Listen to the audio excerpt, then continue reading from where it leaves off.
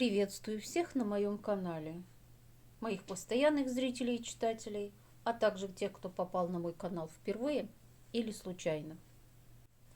Это третья часть о том, как плести корзинку пузатика. Первая часть была о том, как сделать форму. Мы делали форму из подручных материалов, просто из простой банки и картона. Вторая часть – это основная часть плетения. Вот такого вот пузатика. И сегодня я буду плести, я буду заканчивать и делать загибку. В планах у меня было сделать сложную двойную плоскую косу, но я учла пожелания моих зрителей, а именно новичков, которые только-только начинают и еще не берутся за сложные загибки. Поэтому я покажу свою любимую розгу, которая делается очень просто. Это розга, так сказать, и без пенечков, и без заморочек, и без сложностей. Но в данном случае это будет широкая розга. В процессе съемки я все время своими стоечками задевала за камеру, и они у меня помялись, прилично помялись. Поэтому я решила их полностью поменять. Ну, а вы смотрите сами. Если у вас стоечки в хорошем состоянии и увлажнены, можно продолжать делать загибку прямо на них. Загибку эту я уже показывала и не один раз. Уже даже более того, вы видели эту загибку, наверное, у всех. Ее уже все пересняли, некоторые даже дословно, но не об этом речь.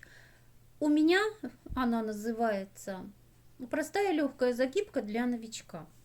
Начинаем ее, как обычно, с любого места.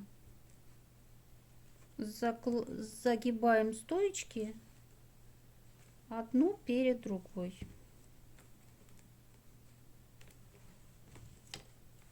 Загибаю немножечко внутрь. Все-таки это же пузатик у нас, поэтому она должна быть немножко заужена сверху и немножко заужена снизу. Последнюю стоечку вот сюда. Теперь смотрите, опять задеваем. Теперь смотрите, берем трубочку любую и смотрим, куда она у нас достает, какая ее длина. То есть вот сюда я могу попасть. Значит, раз, два, три стойки у меня слева, а трубочка, стоечка, с которой я начинаю загибку, раз, два, три, в четвертую основание стоечки. Ножничками можно взять вот так вот, расширить плетение. Здесь капнуть. Все закрыла. Сейчас покажу по новой. Ножничками расширила, капнула капельку, натягиваю трубочку. И вот в это основание сюда ее вставляю. Следующее. Все то же самое. Натягиваю, но ложу ее, положила ее рядышком с предыдущими двумя. Опа, а у меня не хватает.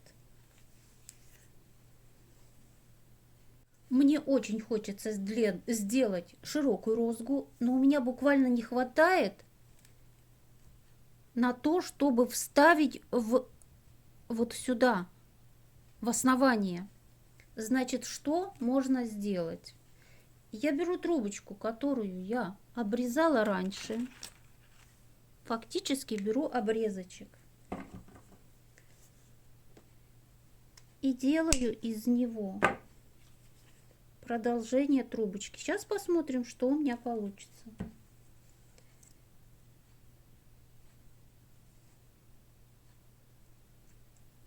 я подклеиваю, но так, чтобы было незаметно.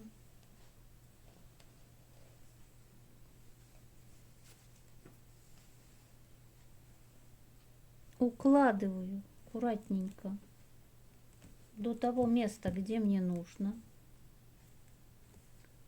Вот прям буквально склейка.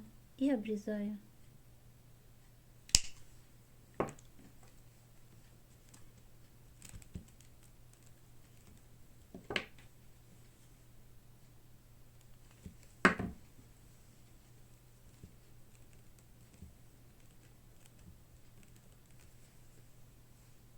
Вот и все. Место склейки у меня внутри. Его не видно. И не нужно распускать всю сделанную загибку для того, чтобы поменять одну трубочку. Если бы была бы трубочка совсем коротенькая на видном месте, я бы, конечно, распустила и все поменяла. Остались последние 4 трубочки. Тем же методом. Вот тут ровненько. Вот это место, когда будем покрывать лаком, вот его прям вот выравнивать, чтобы плоско лежали трубочки.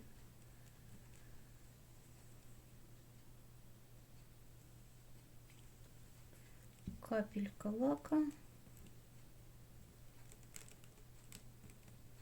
Вставила. Следующая трубочка. Нет, не вставила.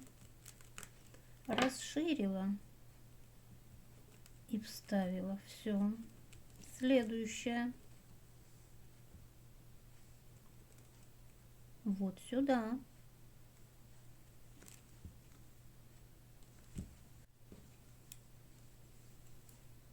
К основанию.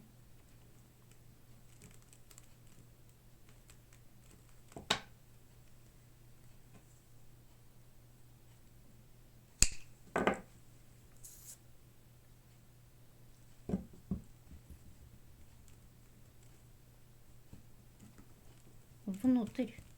Сюда. Следующая трубочка.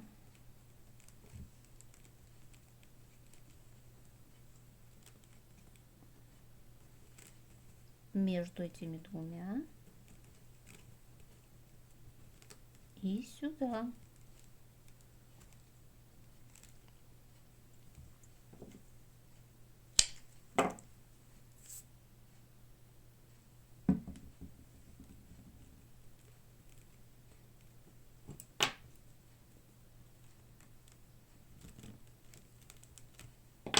Сюда можно капнуть побольше.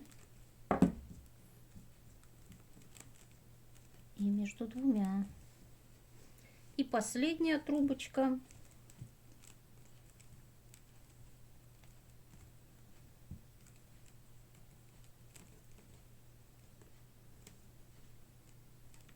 Между первой и второй, если считать изнутри. Здесь тоже у меня коротенькая, но хвостика хватает для того, чтобы его туда вставить.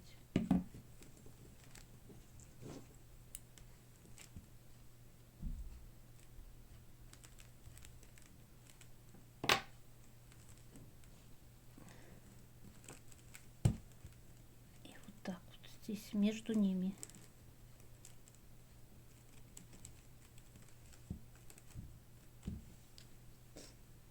Теперь смотрим.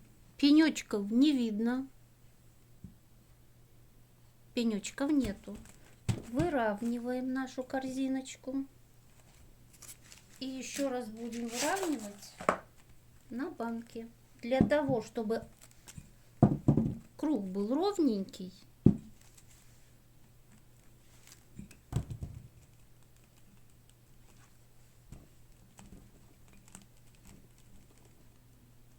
и аккуратно вынимаем.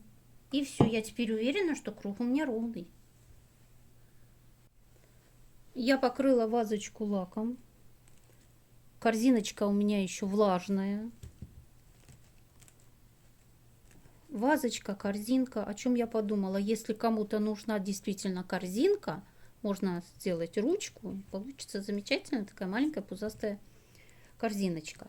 А моя вазочка, я выравниваю трубочки, чтобы они ровненько легли. Если нужно, даже немножечко вот так перевернуть, постучать, чтобы было все ровно. Если нужно, можно немножечко пузастость вот эту подровнять. Если неровно, бывает такое, что в одну сторону немножечко больше скосило. Поставить все на свои места. Если нужно, даже банкой вот так вот выровнять горловинку, чтобы она была прям ровно-ровно кругленькая. А у меня пока все хорошо, все нормально. И можно оставлять эту корзиночку, эту вазочку, как хотите называйте, до полного высыхания. О том, как я делаю ручки, как делаю основания для ручки и как креплю, есть много видео у меня на канале. Ну и, конечно же, я забыла сказать то, о чем часто спрашивают начинающие мастера. Сколько трубочек ушло на изготовление корзинки, вазочки или другого изделия. Я редко считаю, поэтому я редко отвечаю на такой вопрос. Могу только сказать приблизительно. Но сегодня я посчитала. Я приготовила 200 трубочек, и вот такой вот пучок у меня остался. Ровно 50 трубочек. То есть на изготовление вот такой вот вазочки у меня ушло ровно 150 штук. Ну все, теперь точно все. Всем пока.